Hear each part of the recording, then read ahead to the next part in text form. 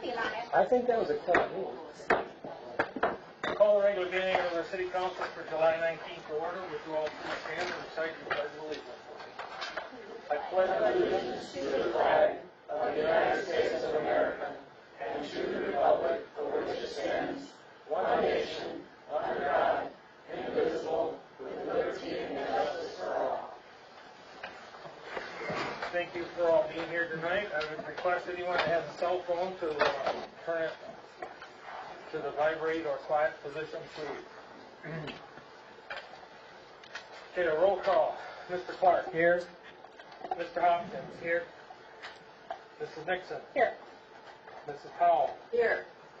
Mr. Truesdale. I understand he has called in.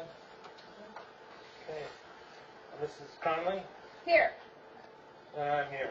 Mr. Hall's here. I would entertain a motion to excuse Mr. Truesdale. Mr. Mayor, I will make a motion to excuse Mr. Truesdale. I'll second that. Any discussion? We move in second to excuse Mr. Truesdale from this meeting this evening. All those in favor signify by saying aye. Aye. All those opposed say no. Hearing none, the motion carried. Mr. Truesdale is excused. Moving on to public forum. The council welcomes and encourages the public to speak during the public comment of the public hearing portion of the agenda. However, council policy is to hear the public comment, not to act on the public comment at that time. Concerns brought before the council during the public comment portion of the agenda will be referred to the city manager for action. If, after communication with the city manager, no resolution is reached, the concerns will be elevated to the mayor and eventually to the council for action. Those citizens wishing to speak on agenda or non-agenda items will be allowed a maximum of 4 minutes each to address their concerns. This is the only time during a council meeting that citizens are allowed to address the council. Please state your name and address for the record. Is there anyone here wishing to speak to the city council at this time? Come forward, please, and state your name. Yes, come right to the podium. Thank you. Sue Wakeland, 340 Pioneer Trail. I have some concerns of the Prairie Run development. I feel that in the last few years it has kind of slipped.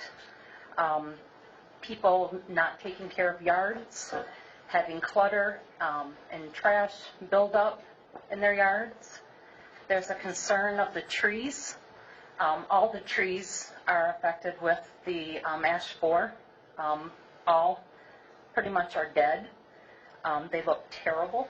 Driving into the development is an eyesore. My concern is when or is anything going to be done about that. My other concern is fireworks. After the 4th of July, and having neighbors lighting them off at 12 o'clock in the morning, scaring the wits out of everybody. So those are my concerns and what can be done. Thank you for your comment. We'll refer them to the manager. And we've already exchanged some emails and I've referenced or referred them to our code enforcement patrols, our sergeant for the city attorney's unit. Thank you. Thank you. Anyone else wishing to address the council?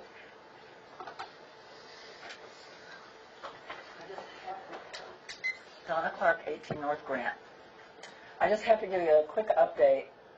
He's looking at his watch already. It's going to be less than 4 minutes. Dan said, Donna, it's only 4 minutes. I said, that's all I need, and I've already wasted 30 seconds. I want to give you an update on the summer reading program. It's the best that we've ever had. It's like exploding. Of course, you know, we started with over 800 on the first opening day, which is like 150 more than we normally have. And we have over 700 signed up, which is normal. And our first program, we had 139. On Wednesdays, from 2 to 3, we have a family program. So we really get some great performers for that, and the businesses buy those. And we had 139, so we're delighted. The next week we had 188. A couple of days ago we had 212. The most we've ever had in the 14 years is 247, and that was like in 2010. Anyway, so we're really excited. It's just building and building. And I just want to thank the fire department and the police department. Marty brought the truck over for the preschoolers. We got some amazing pictures. If you go onto Facebook, you can see some of them. But if you want us to stay later on my cell phone, I have tons of them. I just couldn't quit taking pictures. Kids climbing in. And then with Sergeant Kelly, he's actually done 2 programs for us. He did some for the tweens and also for the preschoolers. The preschoolers, he had the car right there in the yard. We don't have a place to have anything, so we just throw blankets and beach towels out on the ground and hope by 11:15 the dew is gone on the grass. It's not too bad. We just sit out there anyway. But they were fascinated. I'm sure there are going to be children in this community who are going to want to be firemen and policemen. And of course the DPW is doing a great job mowing and keeping the library looking really good. And so that's wonderful. We're also, I have to tell you, I was at Rotary, and now Sand Lake's director is coming. And so he's a part of Rotary. And he was saying that, he was telling me later, I said, how's your summer reading program going? He said, we had 80 at our program. I'm going, that's wonderful. And it is wonderful. But we had 188 that same day. And I'm not gloating, but felt really good, I have to say. And, you know, we just have a whole community that surrounds the summer reading program. This is the program I so love because it's like it's us. Every week when a child turns in 2.5 hours, they get a big boy Oreo cookie sundae. The next week they get Casey's ice cream. They get, you know, just everything from our community. There's Riccardi's is giving at the very end. We wait till the end because you got to read the whole thing to get a personal pizza and a drink. And then this year, if the kids go all the way through, they can start on another one called the Finisher Prizes. They can win, thanks to Meyer. They gave us 2 bicycles and a Kindle Fire. These kids, any age, they can win a Kindle Fire, 2 bicycles, or a refurbished Xbox 360 from Sean. I'm just saying, you've got to love this community. I do. Thank you, Donna. Anyone else wishing to address the council at this time? Last call. Mr. Fraser. Chief, I'm going to do this here. I'm a citizen back there, and I'd like to ask the council to take a look at that ordinance on fireworks. In the ordinance that I printed off today, it says consumer fireworks are not allowed between the hours of 1 and 8 a.m. Well, I'll beg to differ with the residents in the city of Cedar Springs that are shooting them off at 2:30 in the morning. I personally have picked up at least a dozen spent bottle rockets between my house and the fire station. I would like the council to take into consideration maybe readdressing either and or the hours. We still had them going off last night. And you call the deputy, and the deputy's got, and no derogatory remarks towards the county sheriff's department. They're doing a great job, but they have other burgers to fry, and the time they get there, the people are in the house and gone anyway. So I'd like to have somebody on the council take a look at that and maybe readdress the hours or something. Just to clarify, don't we not get a say in that? Wasn't that the state law that passed it? State law, our ordinance mirrors state law. There's, I can't remember how many holidays there are. There's like 17 or something? I think 10 or 11, whatever. Day before and day after. You can shoot them the day before, the day of, and the day after, but you can't shoot them between 1 in the morning and 8 in the morning. Okay. So it mirrors state law, so we can't. Well, I thought I was under the impression that we could set a time frame like different communities have. You know, maybe make Not on it those days. make it 11 to 8 or something like that. Outside of those days. We can look at it. Well, they're illegal outside of them days anyway. Right, and we don't allow them outside of the days specified by the state. Right. So we're as stringent as we can be, unfortunately. Well, I just thought we could tweak the hours. Yeah. Legally, I mean, I was on council when we had to implement those, when they implemented that state law, and believe me, as the mom of an autistic kid, I wish we could, but, Ban 'em. yeah, but, I believe that our ordinances are in compliance with what the state law, they're as strict as the state law allows us to be. They are. So then beyond that, it becomes enforcement. And I appreciate what you're saying about it being hard to enforce, but I don't think we can change anything with ordinances. I wish we could. Okay. I'm with you. Anybody else wishing to address the council at this time? Moving on to number 4, public hearing. I would entertain a motion to open a public hearing on a request to add parcel to the existing industrial facility tax district for display pack located at 680 West Street. Mr. Mayor, I will make a motion to open a public hearing to request to add a parcel to an existing industrial facilities tax district for display pack located at 680 West Street. Second.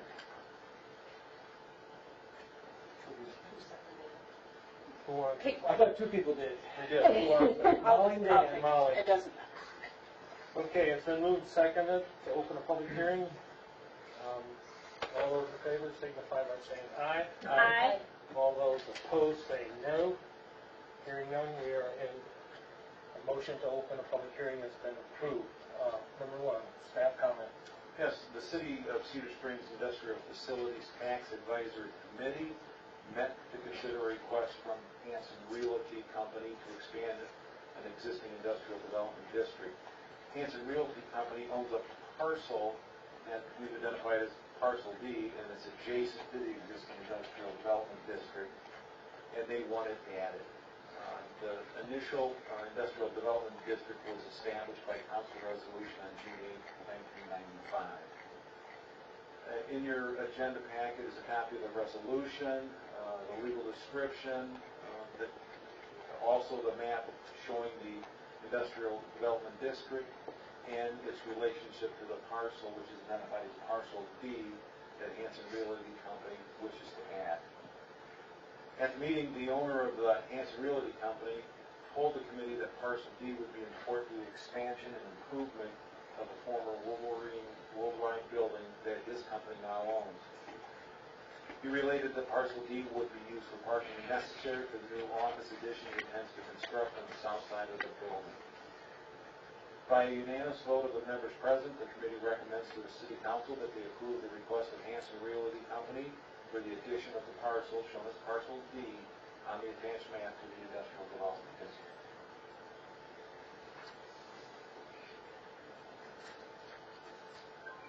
Can you see that map? I didn't have it in my packet. Hey, is there any discussion from the public? Comment? Anyone here?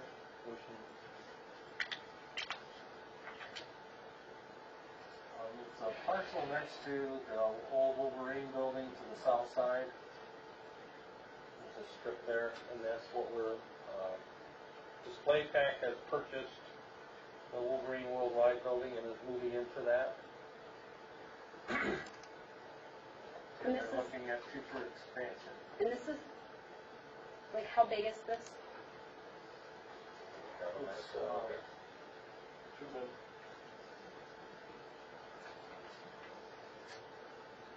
It's, it's a square chunk that was in the township. Yeah, it's right, basically right on the corner of West and, the corner of West is where the access road goes back to the wastewater treatment plant. It was about a 40 by 40 foot square. It was an old chunk of property left there. It was in the township for years, and then it was brought in, but it was never attached to this facilities. The facilities tax district for Wolverine Worldwide. Passing down the map, the portion that is cross-hatched is actually what's in the existing industrial development district. And then this is the parcel. And then Parcel D is the one they're asking to It just cleans up that. It's This a is the clear one. parcel, this is the piece that they own. So it's like a little island. It's another one. Yeah. So this would bring that all in and make it cleaner for future Oh, mercy. stuff. Any other discussion from staff or council?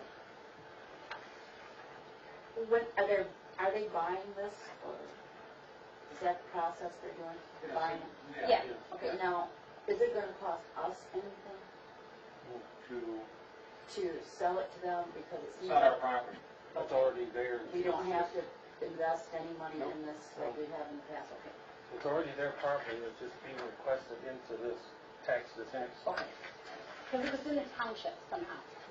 That was one thing. Any other discussion? None from the public? I would entertain a motion to close the public hearing. Mr. Mayor, I will make a motion to close the public hearing. Second. Okay, there's been a motion to close the public hearing for the industrial facilities tax district for display tax located at 680 West Street.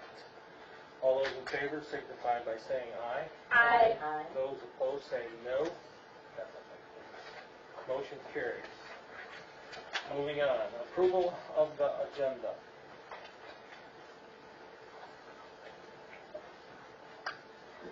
Mr. Mayor, I move the approval of the agenda with the addition of item K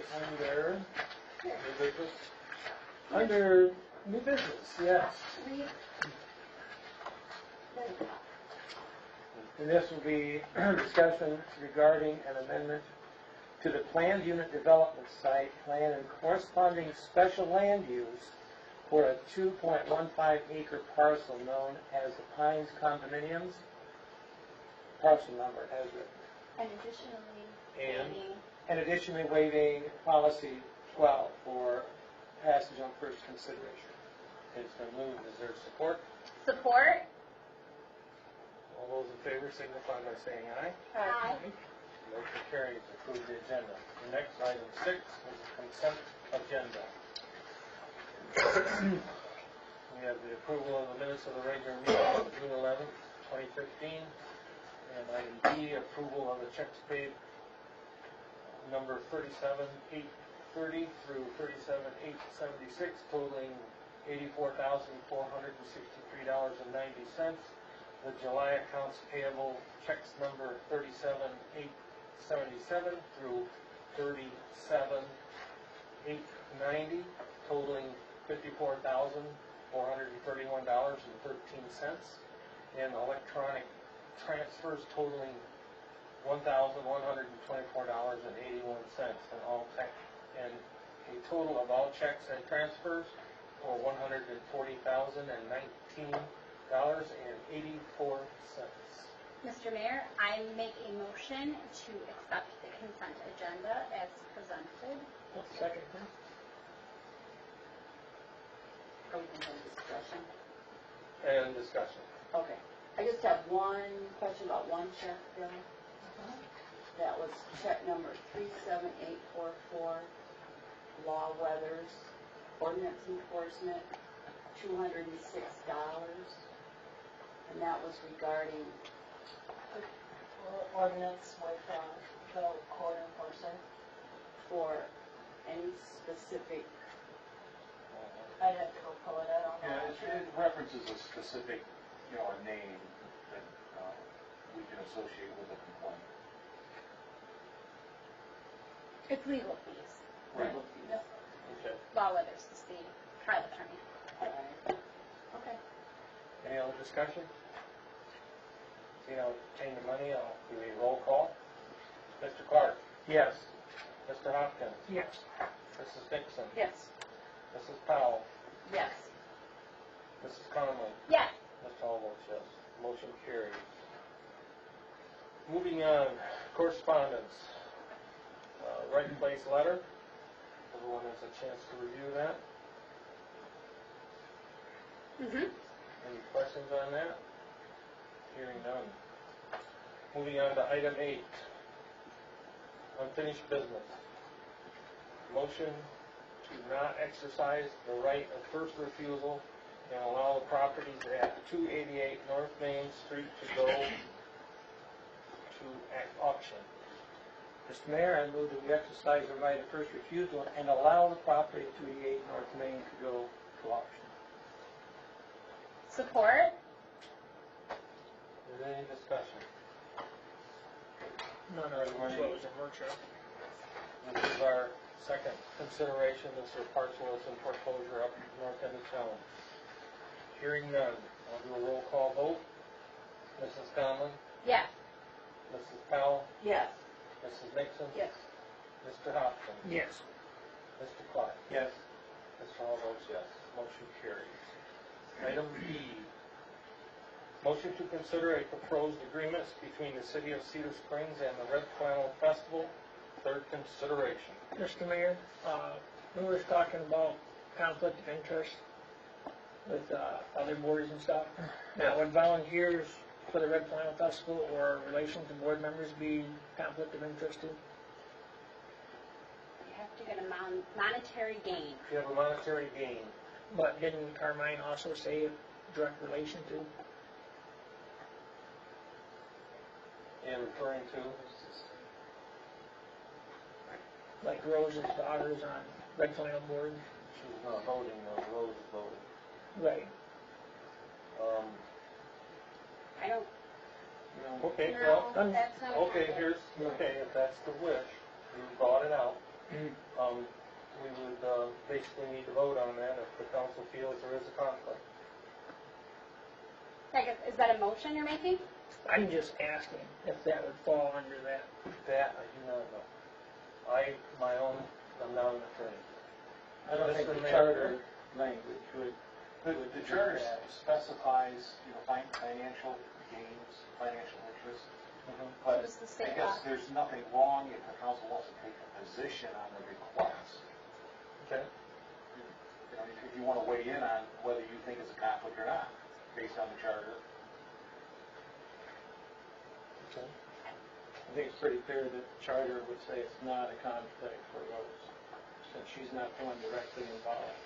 Okay. And there's no financial gain. There's no financial Mrs. gain. Fallon, you agree? Yeah, I Okay. agree. Mr. Nixon? I would say that my mother and I differ on many things, including sometimes my position on the Red Flannel Festival. So I feel like it would not be a conflict. Okay, information obtaining, okay, Mr. Hopkins? Okay. Okay, Mr. Mayor, I would like to make a motion to consider the proposed agreement between the City of Cedar Springs and the Red Flannel Festival. is there support? Support. Discussion. I would like to make note that if we were to go ahead and pass the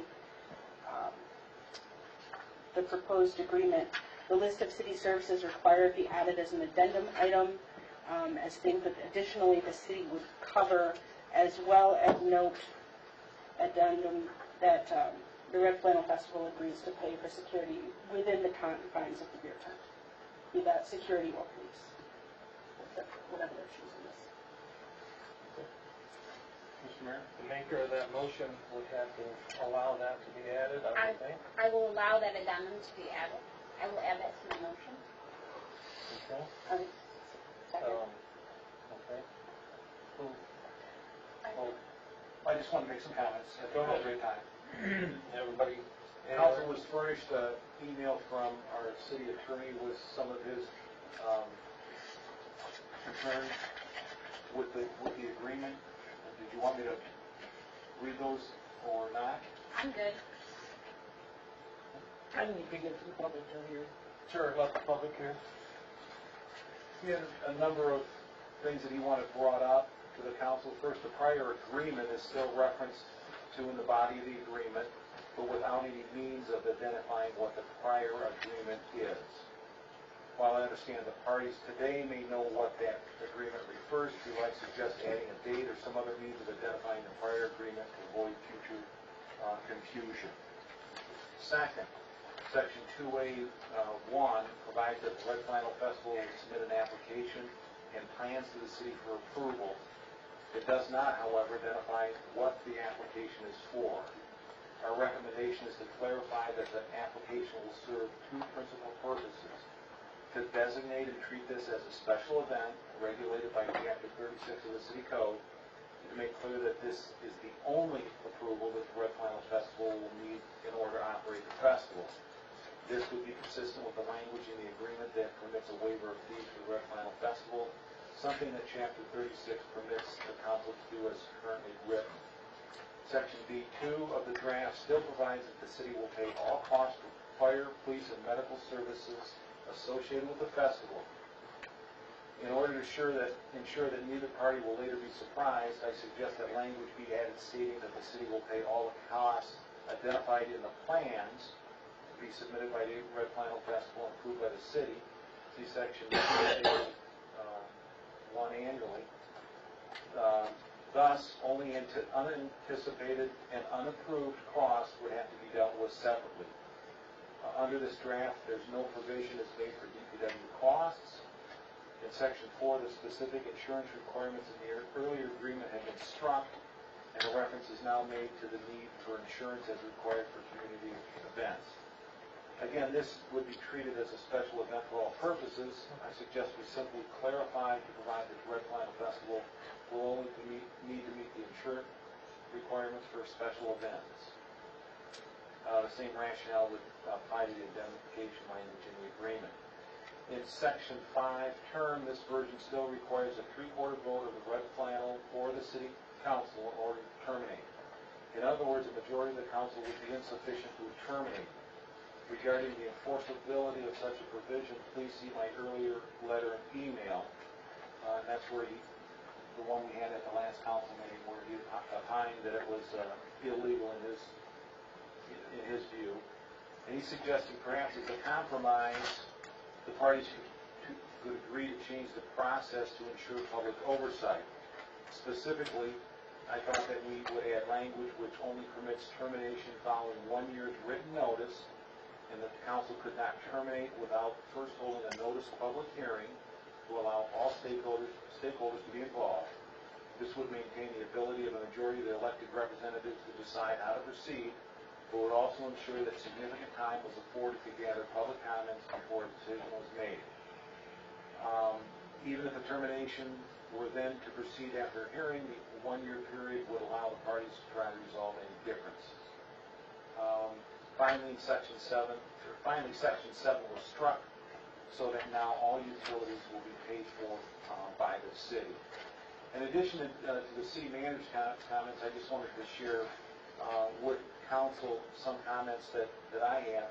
In terms of the cost, it appears, as best I could determine, that in the first year it would be somewhere about $11,000, as best I could determine. And that's without any cost for identified costs requiring medical services. We don't know what scope of services required or anticipated. Second, there's no means for cost containment.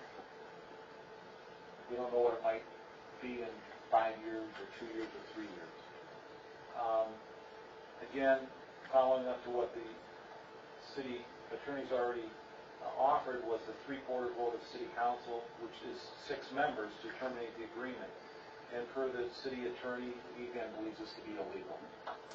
Annual report, I suggest adding financial report language similar to that in agreement with the museum, which says that they would provide financial disclosure to the city as reasonably necessary for legitimate governmental purposes, or the city could consider language from the Skinner Field Agreement, which includes and such other information reasonably requested by the city. My concern is making sure that we have access to any financial information that we need for auditing purposes to make sure that that we can account for the money and how it was spent. Alterations to public areas. There is a provision to allow the Red Flannel Festival to make additions, alterations, improvements. However, it does not stipulate that the Red Flannel Festival would return those areas to its former condition if as requested. The DPW costs are attached, however not identified as being paid by the city in the agreement. If it is the intent of the city to pay for DPW costs, it should be referenced in the agreement. And the city attorney and I discussed that along with my next comment. The list of city services is the same thing. It's attached with no reference in the agreement and could result in confusion or misunderstanding. So if it is the city's intent to pay for that, there should be some reference in the agreement, because according to the attorney, just because you attach something to an agreement does not make it legally binding. It's got to be referenced in the body of the agreement. And finally, the use of the DPW garage for golf courts. In talking with the DPW director, there's concern with the security of the building, as well as people being in there around some of our equipment, chemicals, and things of that nature. Probably not a good mix. So those are my concerns. Okay. Yes, let's start Mr. Clark.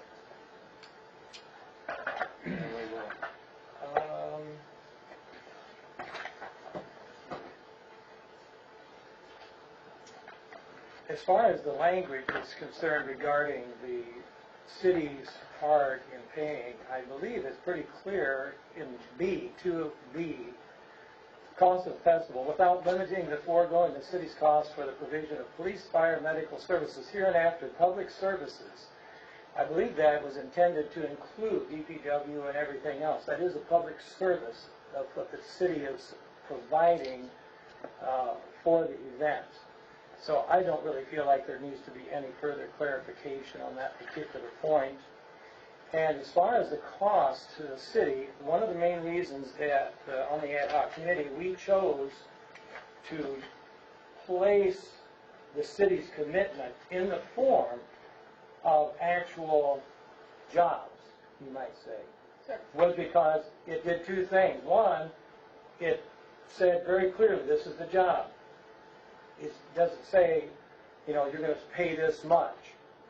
It just says, this is the job. Then it gives us, the city, the opportunity to be more frugal, to find ways of cutting costs, to find ways of doing it better. And it kind of inspires us to do better, instead of just letting us do it the same old way, costing us the same number of hours. We can do a better job, perhaps, if we're not just stuck in, well, it's supposed to take 5 hours to do this job, and so we're going to pay 5 hours. No, let's see if we can do it better. The prior condition of the property, I don't know that that has ever been an issue. I certainly do not, at this point, feel like that would be Which item would that be? pardon me? Which item? I'm referencing what Manager Taylor just referred to. I see. What was that, Manager Taylor? Let's see.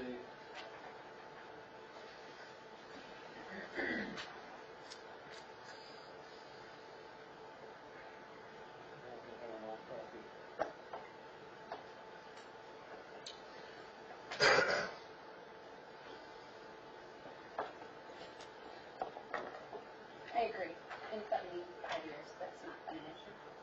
Well, it's item 6. It says, during the term of this agreement, it's term alteration of public areas. There it is, yes. During the term of this agreement, the Red Flannel Festival may at its sole cost and expense make additions, alterations, and improvements to public areas owned or controlled by the city, useful to the operation of the festival with the prior written approval of the city.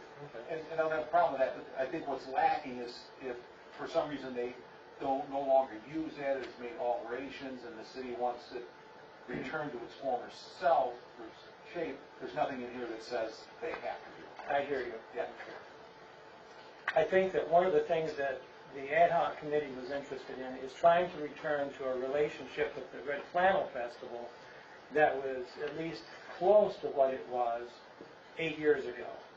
And that was not to be so, what shall we say, use so much legalese and worry so much about every item in the agreement. It's because we have a lot of faith and we're working in cooperation with the Red Flannel Festival, not in some kind of opposition to them.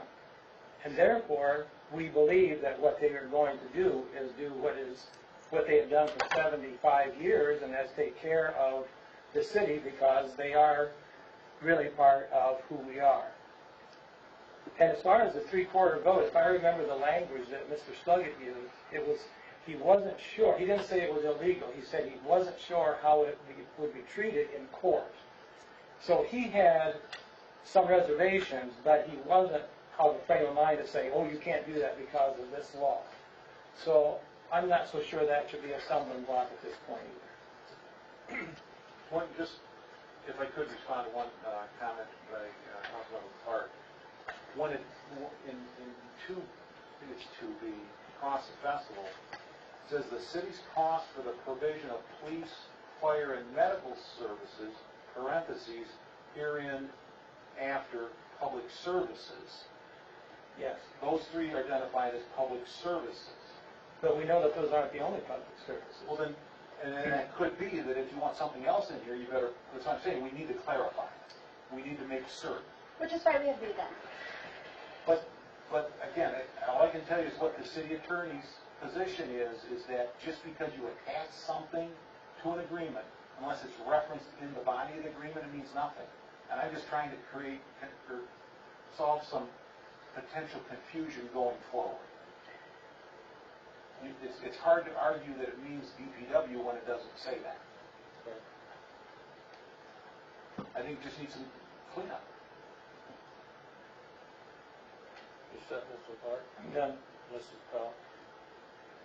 I didn't think that DPW got overtime anymore. I thought that was comp time now. No. Wasn't that voted on like They have an option in an lieu of, option?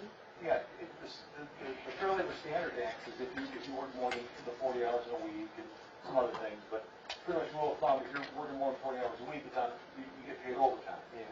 And they've agreed that they can bank their overtime as comp time, use it for time off in lieu of getting paid. Oh, so it is a comp time is available. Exactly. Okay, I do remember there being a vote in the issue about that, so that clears that up for me. Okay. Anything else? Mrs. Summer? I guess I'll just have a really quick thing that I'll add. I met with the folks, as did Councilor Cowell, over at Rockford, and they have a list of, if I've counted correctly, 27 special events and festivals that they put on in Rockford, of which the city supports all of them, with no additional expenses. They cover it all. And when asked, how do you track things like man hours for DPW and so on, and she said, we don't. We don't even have a mechanism for that. We feel that this is important for our community. It's a thing that we do for our community because it makes our community better. And we work in concert with the chamber, the library, the schools, and we all do this together to make our community better. That's my philosophy. Is that it? Mrs. Nixon?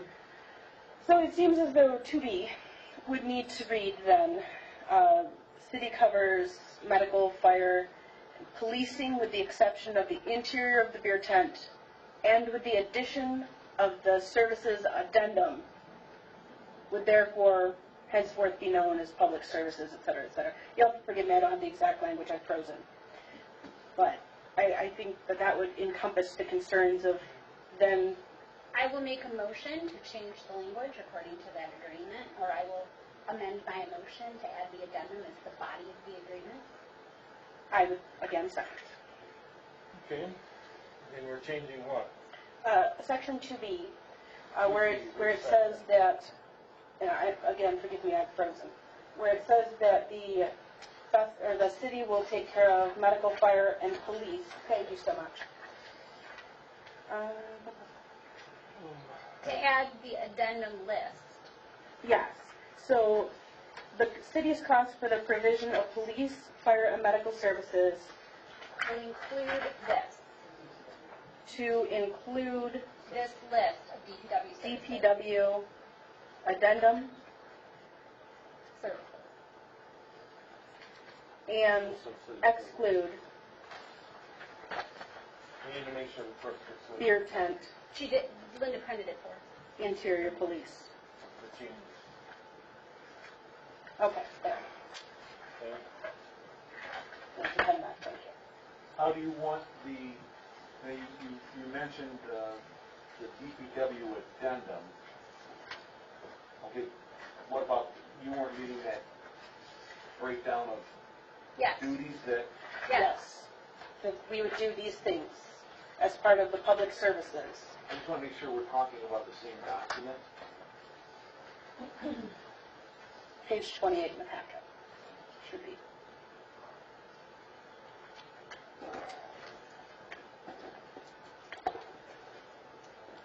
This document, did you want that attached? No, no. That is, I sent that to you for reference as of what it's cost us in years past, but this Red Flannel Festival list of city services required, I have an extra copy, actually, if you need I have it. that right here. Oh, okay, very good. Keep that one right there, I have another. We have plenty. We have lots. Okay. Is that it, Mr. Dixon? That is, thank you. Mr. Hopkins. Yes, well, while we're on this list, where it talks about the antique fire truck on Red Flannel Day, are we Yes. just talking about in the parade, or are you expecting that to be used for hauling all the people not wearing red back to jail? I would like, personally, I would like to see it used. It's not the same to get arrested onto a golf cart. Yeah, but spending all that money to restore that truck and then have people So it- on it, stuffing it, and then, I am unsure of why you would make something beautiful to let it sit in a box where no one can see it. I'm not saying don't let anybody see it, still run it through the parade. I think Still that's have a it. detail that we can work out. Okay, so Mr. With- Dixon and Hopkins. Yeah, I'm just saying, I think it's a detail We'll discuss later. that could be established between the festival. I mean, it just says the youth, it doesn't specify. So then, if somebody's on that and whoever's driving happens to do a sharp turn and somebody falls off it, who's? That would be covered by the The insurance. insurance that the Red Flannel Festival covers. Plus, that wouldn't be just anybody driving it, it has to be. It would be a city employee. My thing, I don't mind doing in-kind services, just same as you would want to do it for any event, but if you're gonna do it for one festival, you should do it for all of them. Amen. Agreed. And I still say we should leave the logos out of it. That logos are not part of this, Mr. Dixon? this, you got a comment? I said the logos aren't part of this motion. I made the motion. That's next, we don't deal with that until next. Okay, any other? Yeah, and I also believe that if our attorney is telling us stuff is not legit, that we should kind of listen to him, because if we don't listen to our attorney, what's the point of having one?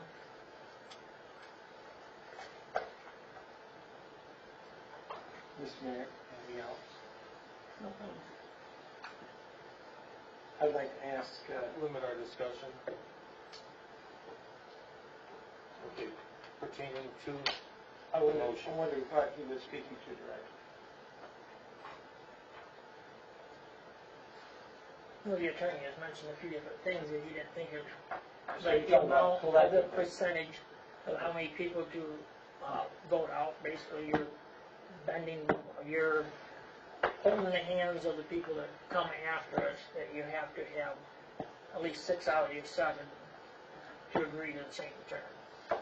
5. No, 6. 3/4, 3/4. 2/3. I think it's 5. No, it's actually 5.25. So you gotta have 6. I think you rounded it to 5. Anyway, anyway.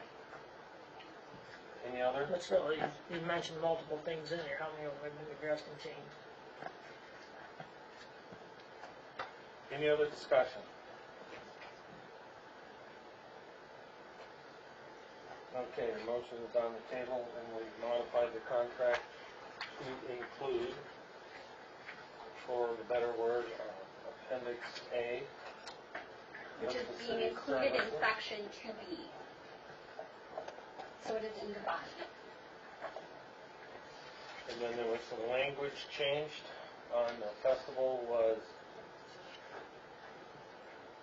Would you like me to include DPW, yes, please. I'm sorry. And then we would need to make sure that the clerk gets that. Okay, so it would read, section 2B, costs of the festival Without limiting the foregoing, the city's cost for the provision of police, fire, and medical services to include DPW addendum and exclude beer tent interior police. So we would pay for the list and not for the inside of the beer tent. Madam Clerk, did you get that? Okay. Any further discussion before I call for the vote? Mr. Mayor, I want to be clear that when we say that the motion says we're considering the proposed agreement, that this means that we are adopting the agreement. Is that what we mean by considering? The motion is made to approve this To contract. approve this contract. Okay, That's the motion I made. okay. Yes. Any other discussion? Some roll call vote. Mrs. Powell. Yes. Mrs. Nixon. Yes. Mrs. Conlon. Yes. Mr. Hopkins. No. Mr. Clark. Yes. With all votes yes, motion carries. Moving on to item number C. Motion to consider a proposed trademark agreement between the City of Cedar Springs and the Red Flannel Festival's third consideration. Mr. Mayor, I make a motion to accept the proposed trademark agreement between the City of Cedar Springs and the Red Flannel Festival. Second. Support by Clark. Discussion.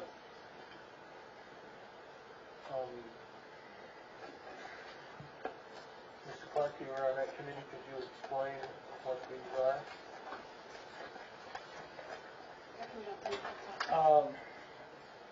I would like to defer to Mrs. Conlon on that, so I'll leave.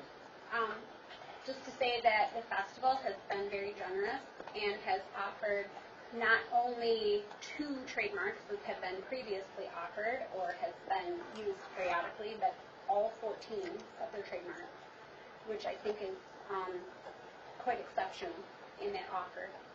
And we really appreciated their generous offer of that. Okay. This would include the red flannel the way it was years ago? Yep, and all of the it. above? All of it. And Red Flannel, welcome. Welcome, as long as you're at flannels, the lamp posts, I mean, it's just All of it. everything we have trademarked. They are licensing for us to use. Okay, Every single thing. great. Any discussion, Mr. Clark? I'm happy to be returning to a good time. Mrs. Powell? Thank you. Mrs. Conlon, do you have anything more to say? I feel like this is a real step in the right direction. I hope that this bodes well for all organizations wanting to come do things in the city. Again, when I spoke to the folks over at Rockford, and they gave me this amazing list and told me that they do this because it's good for their citizens and their citizens want it. I would love to see a list like this at some point in Cedar Springs, and I feel like this is a step in that direction. Thank you. Mrs. Nixon? I'd like to say that I'm glad to be returning to this, and in addition to working with the Red Flannel Festival, I look forward to assisting all our community events and all of the wonderful groups that we have. I understand that some people don't feel I'm doing the right thing, but I intend to do the right thing for the festival and the right thing for other groups who make this community wonderful. Anything else? I'm done. Mr. Hart? And this is just conditional, right? So if the previous agreement goes away, then they take the trademarks back, correct? Mm-hmm. So it's not that they're giving them to us to use forever, it's just as long as we continue to take them. If we violate the use of them, they can take them from us, just like anything else. I would guess. I'm not a lawyer, but... So if we take these in, does that mean we've got to go redo all the details on all the trucks? That would be the Gosh, I hope so.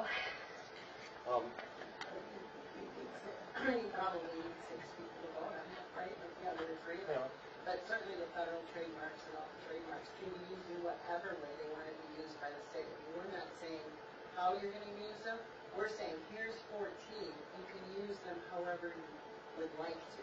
So I don't know, or I'm not sure anybody here knows exactly how that's going to be in the future, but certainly unless it's selling something, selling license plates, mugs, t-shirts, anything like that, it's available for the city to use in whichever way they see fit moving forward. That's not our decision, that would be the city's decision.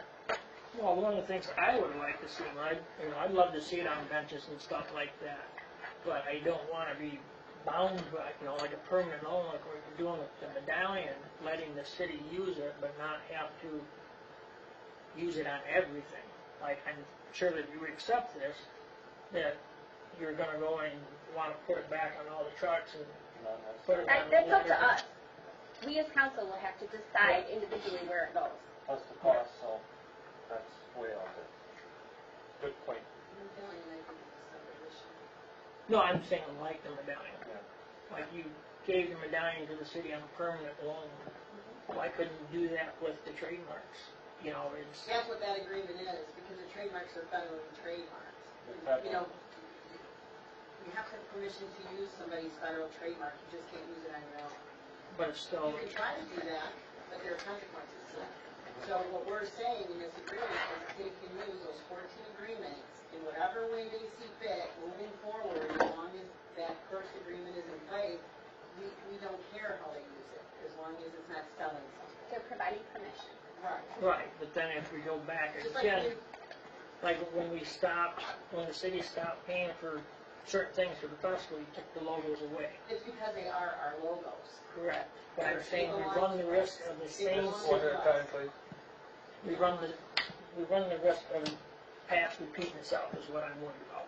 I think that initial, as somebody who was there from the beginning of the initial disagreement, I think the disagreement initially was ownership of who owns the marks. And it's very clear in the federal court, in federal, who's got the federal trademarks, who's got the state trademarks. Some people don't want to understand that or comprehend that or discuss it, but it's very clear the Red Flannel Festival owns those 14 trademarks, whether they be at the federal level or at the state level. And you need permission to use that, just like you need permission to use Meyer or Coke or Pepsi or anybody else's brand. It's our brand. And it belongs to the festival, and in order to use it, you have to give people permission to do that. They just can't do that on their own. So Or then there's if, consequences to that. so One what, at a time, Mr. Hoffman. Finished? I hope so. Okay. so then what we're saying is we're accepting to put their brand, Could be, if that's the way you want to put it. basically what, So we're expecting to use your brand. I think that's up to you as you move forward. All we're saying is here are 14 trademarks that the city can use in whatever way they want to use it. That's what we're saying. I think that's a later meeting. Okay, any other, Mr. Hoffman? Any other discussion before I call the roll? I just have one quick comment. Make it. Okay. Very quick. Okay, so in the future, at some future discussion, we could determine if we wanted that on street signs, trucks, back on the park signs, and if the concern is controlling costs in case this all goes to heck in a handbasket, we can control those costs at a future meeting. We would have to approve that part of it. Exactly. Okay. Okay, I'm going to call for the question or the vote. Mr. Clark. Yes. Mr. Hopkins. Mrs. Nixon. Yes. Mrs. Powell. Yes. Mr. Truesdale is absent. Mrs. Conlon. Yes. Mayor all votes yes. Motion carries 5-1. Moving on to item D, Skinner Field update. Mr. Kephart.